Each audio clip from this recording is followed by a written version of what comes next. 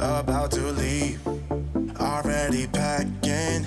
Come with me, I'm not really asking. We'll get away to a place where we don't know. About to see the world in action, what we can be, life with no distractions. We'll get away, this is what we waited for. Take my hand, we'll make it somehow. We can't miss out. I'm done living life with the lights out. Die with my own doubts. Be free with me. Let's be free with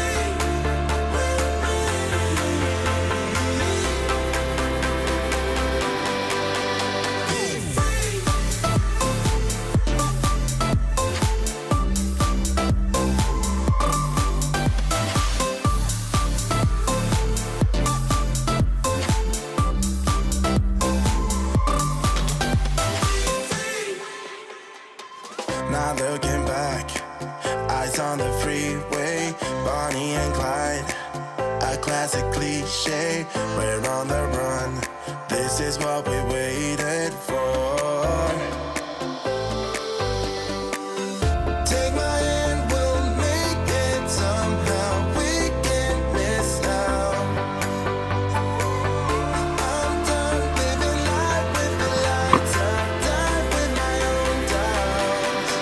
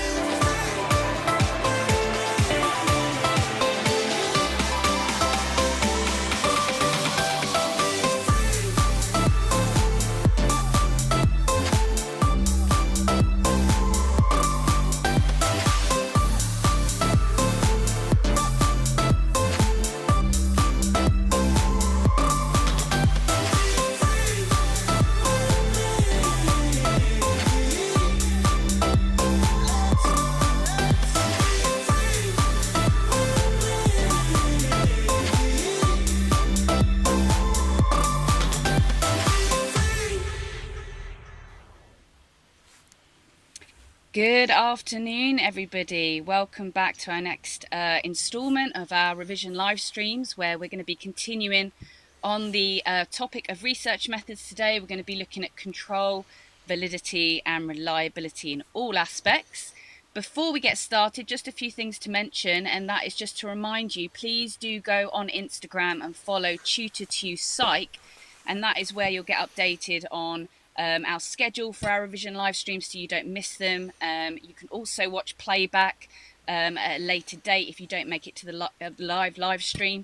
We also have a new Tutor2 Instagram account for those of you that are studying criminology as well. We've just opened this account. It's Tutor2_criminology if you want to give that a follow as well. And we've got daily revision units on criminology at the moment, so acts as a really good base for some short bursts of revision. As always with these sessions, please put your comments and questions in the chat box and we will try and endeavour to answer as many as possible. Don't forget you can watch this on replay later, and we'll talk at the end of the session about next week's topic. So we're going to get started then in the session. Thank you, Duncan. So our first game that we're going to play today is our 60-second challenge. So on the 60-second challenge, you have A, B, C, D, E terms, and you are going to have to match them up with the descriptors on the right hand side. Now it's probably easiest in the chat box, guys, if we can just put A, B, C, D, E and then put the numbers that you think correspond to them on the side. So you have 60 seconds, guys, starting now.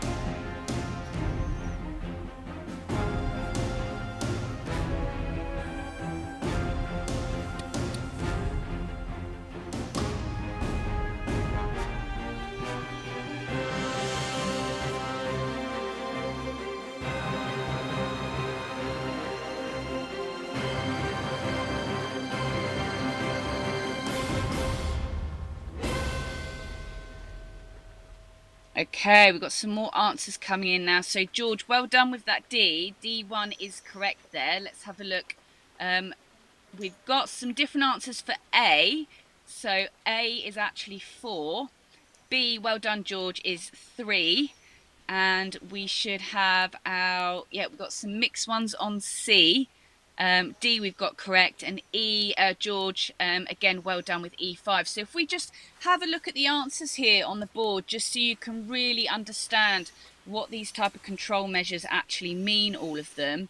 I'm not going to read them all out, but just a couple I would like to just briefly just speak around. And one is double blind. So the double blind procedure obviously is where neither the researcher or participants know who or which is in the experimental and control group. And what this really deals with, it deals with issues of demand characteristics, it deals with issues of investigator effects.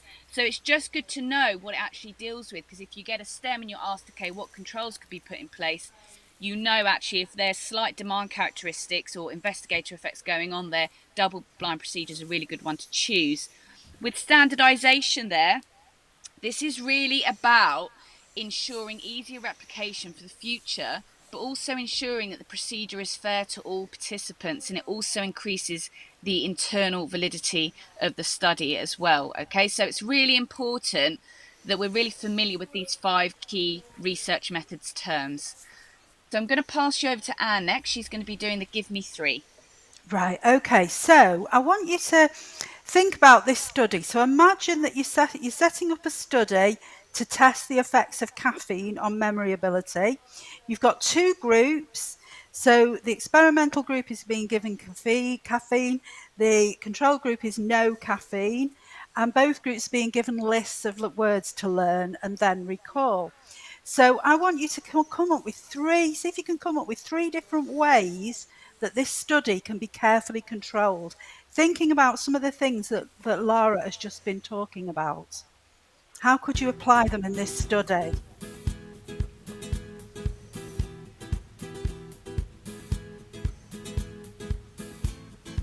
If 3's a big ask, just go, for 1 or 2 in the chat box. But how could you do it in this study?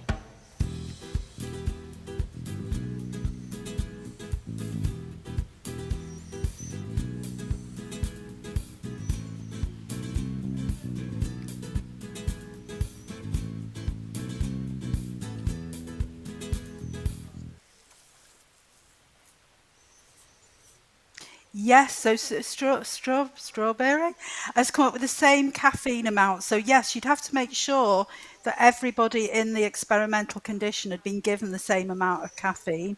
That would be really important. And then Mariam's come in, because what you're talking about there is standardization. So standardizing the coffee intake, standardized lists of words, so everybody's seeing in each condition is seeing the same words. Okay, any other things that we can think of? So we've got standard random allocation to the 2 conditions. Well done, Rach. So yes, you would need to do that using, the kind of name out of the hat method or the lottery method. Crystal Pink, we've got, match pairs design to reduce participant variables. That's a really good one, because obviously people in one condition might overall have better memories than people in the other condition. Same hours of sleep. Yeah, I mean, that's a difficult one to control. So yeah, we've got random allocation again from Ruby. Anything else that you can think of? So we've got think about the design, the random allocation, the standardization. Think about anything that was on that other list that you've just seen in the last activity. Double blind, could you do anything with that one? Randomization, could you do anything with that one? Throwing it out you now, because you've got some good answers already. Okay, if we put up the answers, then let's have a look. So yeah, we got the random allocation. A few people said that one. So after selecting your sample, then you randomly allocate them to either condition. Randomization. We've said that both conditions should have the same words, but you should also really present the words in a different order to each participant, because it might be that some people might use a mnemonic, to like do a little story with the words, and that might be easier with some set, if the words are in a certain order rather than another order. So if you randomize it, that should control for that. You could use a computer to do that, to kind of throw them up in a different order each time. And we had standardization, keeping everything the same for all participants, the instructions and the coffee, like you've said. And then Ruby's come in there with double blind. So yeah, make sure that neither the participants or the researcher who's dealing with the participants knows who's had the caffeine and who hasn't. So well done, Ruby. That's brilliant. And whoever said the match pairs as well. Okay, so back over to Laura. Okay, some really good answers coming through. Let's keep that up. So we're on confusing pairs now, and simply you've got to tell me whether these key phrases and definitions, are they correct or not? So if they're correct, just put a yes in the chat box. If you don't think they're correct, put no.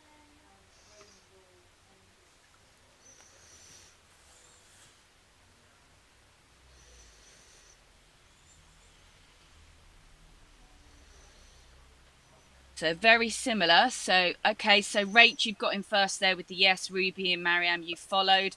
Any other responses? Any other answers, guys? What are we thinking? Are we all unanimously saying yes here? Is it a yes from everybody?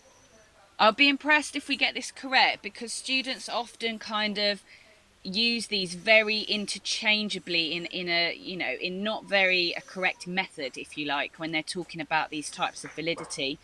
So let's have a look at the correct answer then. So the correct answer here should be yes, they're staying the same. So let's just iron a bit of a crease out here with validity. And some of you may have been taught this, some of you may not. But for me, it's a really good way to remember what is the difference between external and ecological validity. Now, I want you to picture external validity like an umbrella. Okay, because that's like the validity for everything outside the research environment. That's everything. So there are then different types of external validity. We've got ecological. Can anybody name any other types of validity they know from the spec? We've got ecological. There are a couple of others that we could mention as well as types of validity. Temporal, Ruby, well done. Excellent. Any other types of validity? There's another one I'm thinking of. Yep, Crystal Pink, you've put concurrent. We're going to get onto that in a moment. Concurrent is a way of assessing validity. So thank you for sharing that. But we want a type of validity as opposed to a type of testing it. Test, retest is used for reliability. Face validity is also a way of assessing it. We're coming out with, Lucia, you put population. Well done. So yeah, in terms of the types of external validity, we've got ecological, population, and temporal. Yeah, Crystal, well done. You've also got internal validity as well, which is where we can be sure that the IVs cause the DV because we've controlled for everything else. Therefore, we can infer cause and effect. So really, really good. Let's have a look at another confusing pair. So again, same thing, guys. Have a read of these phrases. Do the definitions match up? If you think yes, put a yes in the chat box. If you don't think so, put a no.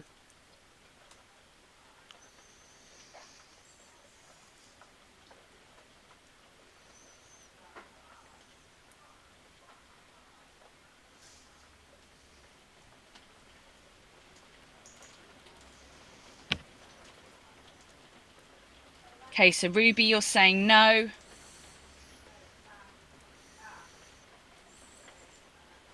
So a lot of no's coming through. Is everyone saying no, or have we got some of you that are sitting there thinking, oh, actually, I don't agree with that?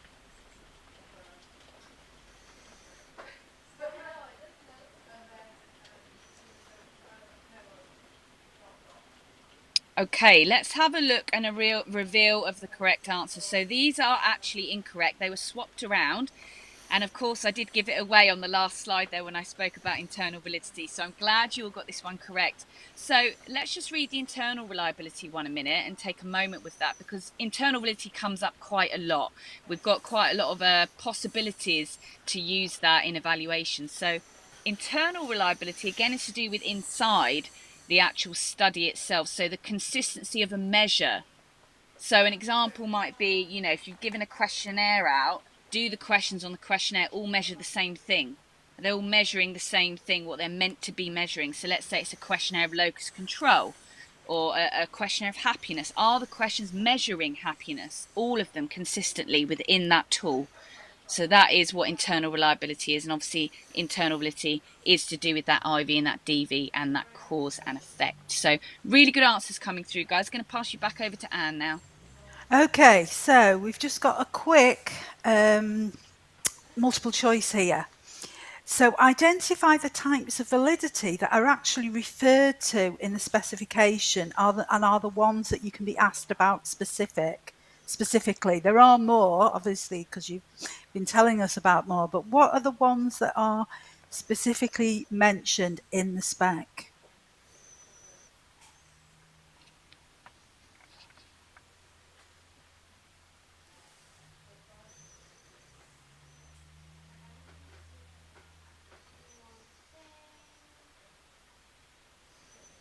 We've got quite a few C's coming through here. We've got A's coming in now.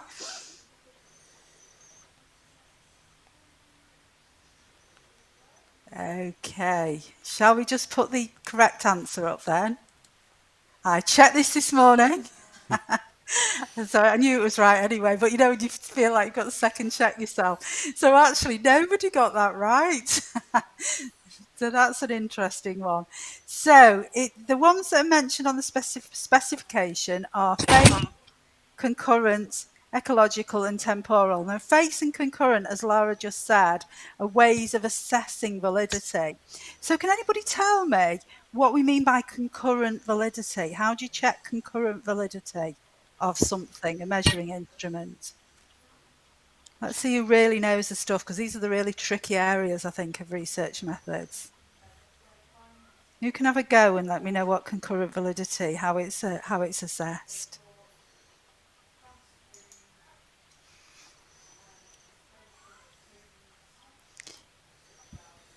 Yes, you check it against an accepted method. So if say it's a new test, then you'd correlate the new test results against those of a test that already exists, a previous existing one.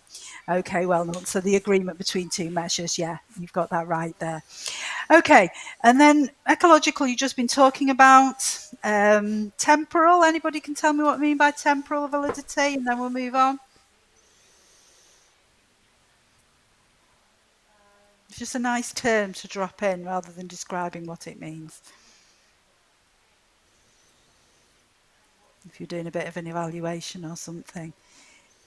Yes, it's how well the findings can be generalised across time. So it's about generalisation. Okay, that's lovely. So if we go on to the well done.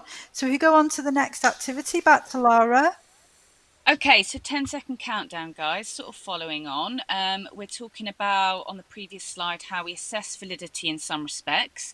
Now we're going to be talking about it in terms of reliability. So where observer scores do not significantly correlate, then reliability can be improved by doing what? So what I want from you guys is some ideas of how we might improve reliability. So quite a tough question. There are a couple of methods here in ways we can improve reliability. So you've got 10 seconds.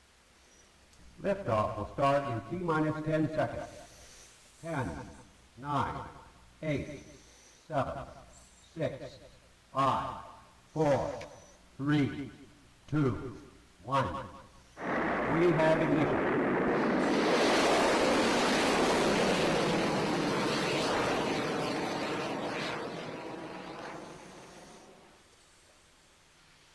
Okay, so I can see a lot of us are putting test, retest, and inter-observer reliability, but that is exactly what we've done here.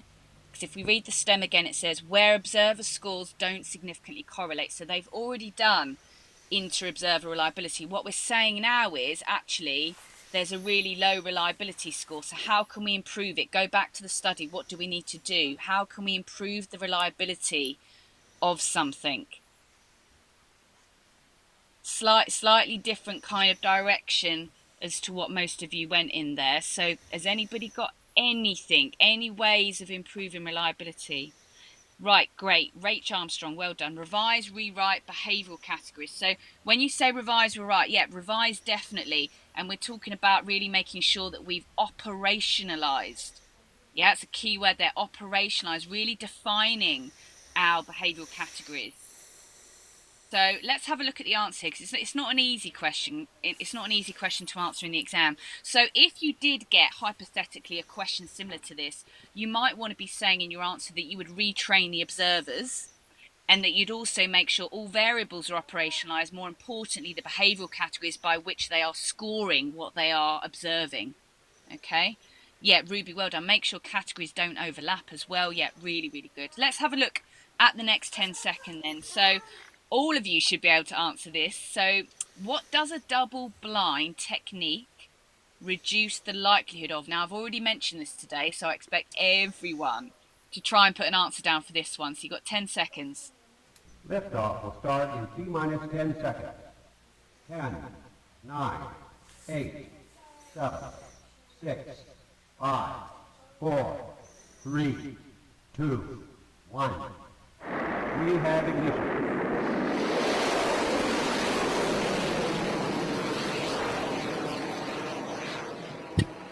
Good. I can see who's switched on here tonight. So yeah, Marianne, well done. All of the answers that follow that, really good. So we've got some key terms here. Yeah, George, well done as well with the investigator effects. So if we look at the answer here, yeah, we do have investigator effects. We could, of course, said demand characteristics as well, but as well in total, in terms of a validity, low internal validity as well. So it reduces the likelihood of that. Okay, so well done, guys, for getting those answers correct. I'm going to pass you back over to Anne now for a tell the difference. Okay, so in this activity, I want you to kind of describe the difference between the following: test, retest reliability and inter-rater reliability. So what is the difference between them?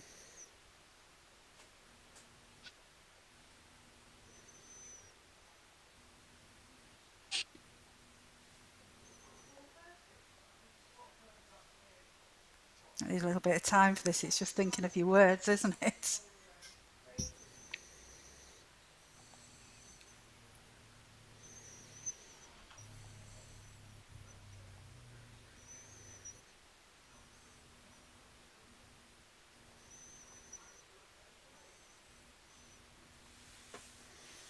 So I think you've got to think about what each involves, really. I think about what each involves, then you kind of know the difference.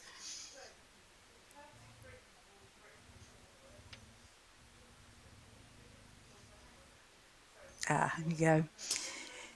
Yep. So Ruby, yeah, test retest involves testing the same participants on two separate occasions. So yes, you give them a test today, you might give them the same test next week, and you'd be looking to see if the results were consistent. How about inter-rater reliability then? Oh, here we go. Having more than one observer. Yeah, it could be observers. It can be two different people collecting the data. It could be different people analysing the data, you know, if it's qualitative data, and looking at the extent of agreement between them. Yeah, and you're looking for a 0.8 agreement as a minimum there. Well done, Ruby. Nice little bit of elaboration there. That's fantastic. Okay, so we've put our answer up there. So yeah, that's exactly what they say. Both involve correlating the results and then looking for the level of agreement. Brilliant. Okay, so if you just go to the next stage, so this is just called pin the cigar, but basically it's just this difference. I think students really often get mixed up between validity and reliability and use the two terms kind of interchangeably, and they don't mean the same thing. So if you imagine you were going to throw Freud's cigar at his mouth, okay, validity would mean being accurate, getting Freud's cigar in his mouth, which I would never manage to do because my throwing is so awful. So it means measuring what you intend to measure. It means, is it true? Is it accurate? Reliability would mean getting Freud's cigar in the same spot in his mouth consistently. Reliability means always performing similarly, you know, in the same way. So it's consistency. Validity is whether something's true or not. Reliability is whether something is consistent or not. And it's just getting those, you know, so kind of two terms straight in your head there. Okay, so I'm going to pass you back to Lara. Okay, great. So we've got an activity now called Beat the Teacher. So I put a little blurb on inter-rater reliability on the next slide, but there are some deliberate mistakes. Now, I'm going to tell you there are 5 mistakes in this passage. What I would like you guys to do, if you can identify the incorrect words or phrases, excellent. Even better if you can recognize the errors and also give me the replacement correct word it should be. That's what we want to aim for. Okay, so I'll just read this out slowly so we can kind of digest this together. So we've got inter-rater reliability refers to the extent to which 2 or more researchers are rating or recording behavior in a consistent way. This is a particularly useful way of measuring reliability in situations where there is a risk of objectivity, such as a content analysis of dreams, to make sure that the categories are being used in the correct manner. Another researching psychologist would observe new data set from the repeated interviews, and then their categories and tallies would be correlated to see whether they are suitably similar. If reliability is found to be poor, the categories used in the first content analysis will need to be refined and then recategorized in order to achieve consistency.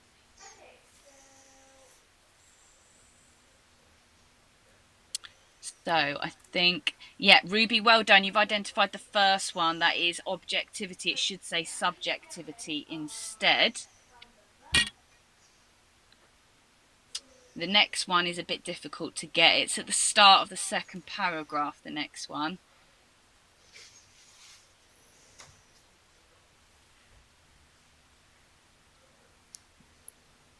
Anybody get anything from the last paragraph? So that's all the mistakes from the first paragraph. There's 4 in the last paragraph there. Can we spot any of them?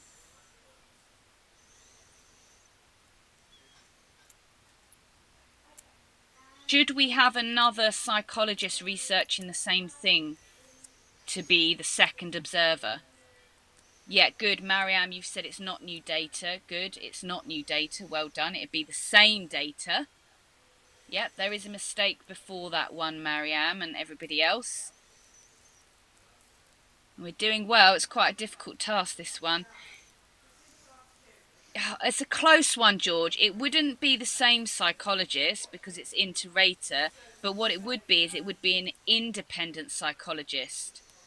Yeah, that's really important. It's an independent psychologist. So we've got another independent psychologist would observe the same data set, and that's where we're up to at the moment. There's 2 more mistakes in that paragraph, guys.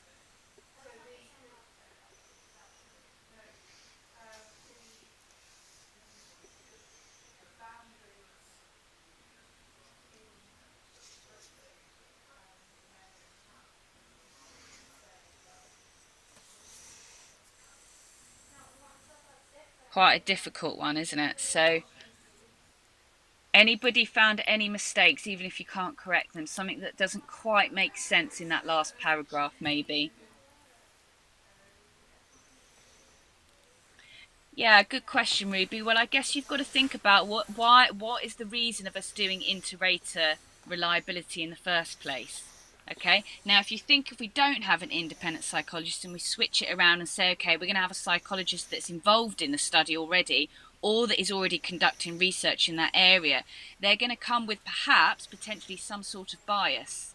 And that could obviously alter the findings. So it's really important that when you do inter-rater reliability, you have an independent researcher or psychologist who's the other observer.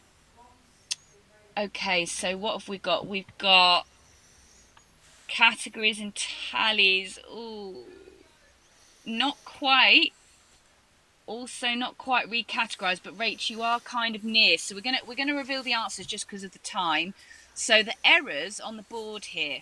So we got objectivity, we got the fact that research in psychologists is wrong, we got the fact that new data set is wrong, and it's not repeated interviews we're using actually, it should be the original interviews. We're not repeating the study, we're just getting another rater, aren't we, to rate the same interviews. And we're really not seeing, that, okay, that's a difficult one, similar, but what we want there is different. So if we look at the corrections on the next slide and we just read that through, So we've got inter-rater reliability refers to the extent to which two or more researchers are rating or recording behaviour in a consistent way, which is useful way of ensuring reliability in situations where there is a risk of subjectivity, such as content analysis of dreams, to make sure that the categories are being used in the correct manner. So another independent psychologist would observe the same data set from the original interviews, and then they'd categorize and tally, would be correlated to see whether they are suitably different. If reliability is found to be poor, and they're very different, the categories used in the first content analysis will need to be refined and then recategorized in order to achieve consistency. Okay. So I'm going to pass you over to Anna for our last activity of Devil's Advocate. Okay, so at Shooter to You, we often talk about this idea of playing devil's advocate, and that good discussion and good evaluation should involve presenting arguments, but also being able to argue back from the other side and present a counter argument.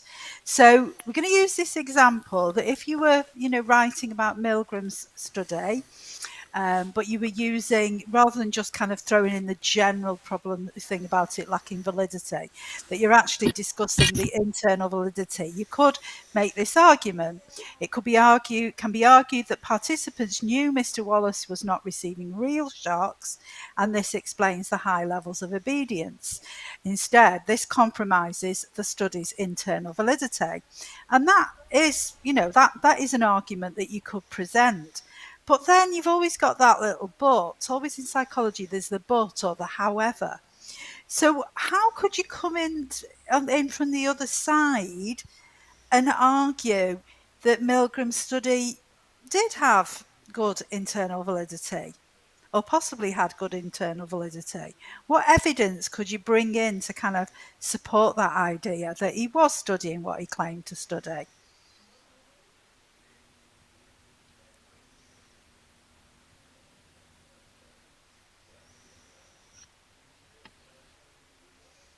Again, a bit of a tricky one if you haven't done Milgram for a while. But let's see what we can come up with.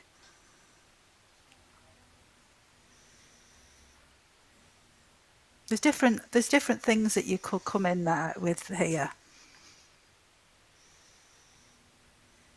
Do you think the participants knew he wasn't receiving real shocks? What evidence is there to kind of refute that? Is there any other studies that you could bring in?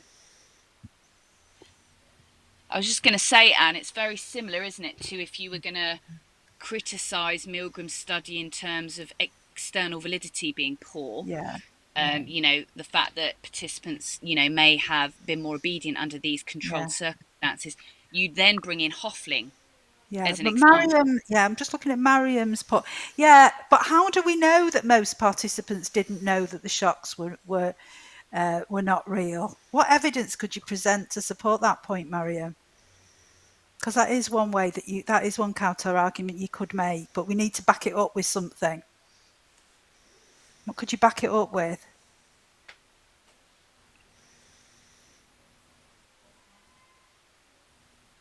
And can anybody else think of another study? Not. Yeah, he did a follow-up survey, didn't he? Where 70% said that they thought the shocks were real. So that gives you some kind of hard evidence. You could also refer to some of the behaviours shown by the participants. Oh, you're just coming in there just as I'm saying it, Mario. Yeah, they did. They showed signs of apprehension and lots of kind of nervous traits, sweating, fidgeting, even sort of the point of seizures. So would they have shown those behaviours if they'd realised and thought, oh, well, he's not getting a real shock, so I'm just going to go for it? Yep, so Crystal Pink, you're coming in with that. Does anybody else know is anybody aware of the study by Sheridan and King? It's not on the specification. You may not have been taught it. Don't worry if you haven't, because there's lots of other studies. Because this is quite a useful one that you can use here as well. I think we need to put the yes, Marion. They shot dogs, didn't they? And here, the shocks the shocks were kind of real. And the pain showed by the puppies was real. The puppy, you can get dogs to act, they do it on the telly, but not in this kind of situation. So yeah, if we bring the answer up, that's the answer that we've got. But certainly the answer about the distress showed by the participants is really good. Yeah. So they gave shots to a puppy when it made an error, and they could see and hear the puppy squeals, and 75% gave the maximum shock, showing that obedience rates were still high even when they were, actual real shocks. So supporting Milgram's findings and the idea of internal validity. It's not a very nice study, that at all. They anaesthetised them towards the end so that they were kind of unconscious, again to mimic that idea of seeing whether they still keep giving the shocks as well. So it's not a very pleasant study at all. Okay, so that's our quiz on. They did well this evening. That was a really They good did, because these are answers. tricky areas. They are tricky Yeah, areas, reliability and validity. Very yeah, much so. yeah. We so next week we've got same time, same day of the week. So Tuesday the 15th at 6, we'll be doing a session on two approaches, and we'll also be looking at how we compare them as well. Often is a tricky area for students, the comparison of approaches section. So we're going to start that next week and continue on with that. We will be coming back to research methods, of course, because there's so much of it. Don't forget to follow our Instagram account, Tutor2U Psych, and also we've got our new Tutor2U_criminology account as well. Otherwise, that's it from us, and we'll see you next week. Bye.